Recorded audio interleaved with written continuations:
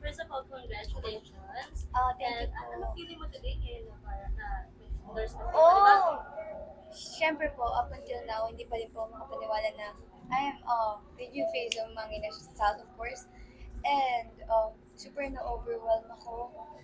Hindi ko alam kung may excite ba ako, halo-halo yung emosyon na nararamdaman ko ngayon. Lalo pa po ngayon na super daming tao sa labas.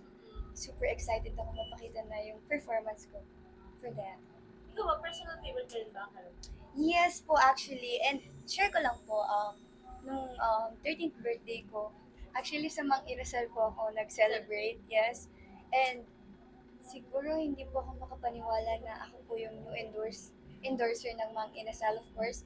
Kasi po before, dito lang po ako kumakain. So I'm very proud of myself. Favorite mong sangkap ng halo-halo and why? Oh, siguro po langka. Yes, kasi po siguro probinsyana po kasi ako. And meron po doon kaming tanim na langka. Yes.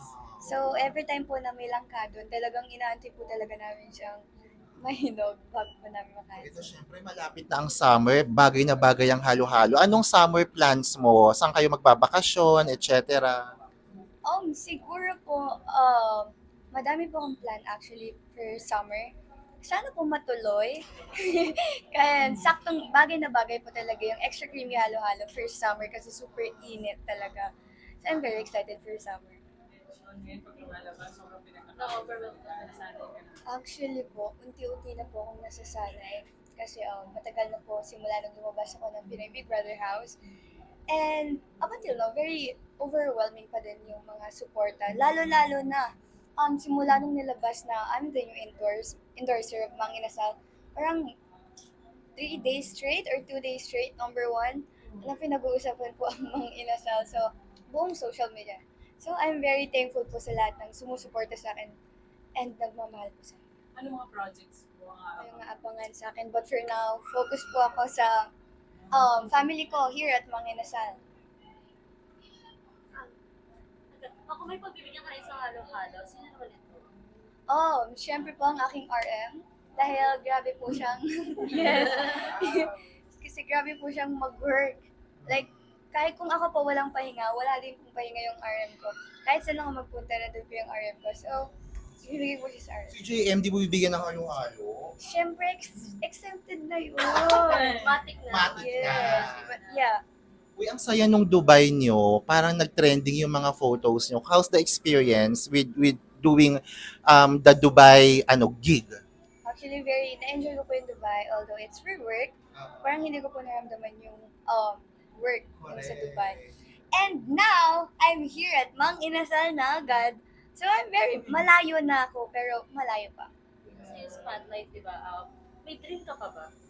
Ano yung dream mo for ngayong moment na to? Siguro, madami po akong dream actually. And one of my dream talaga is maging endorser talaga ng Mang Inasal. Kasi favorite ko talaga to.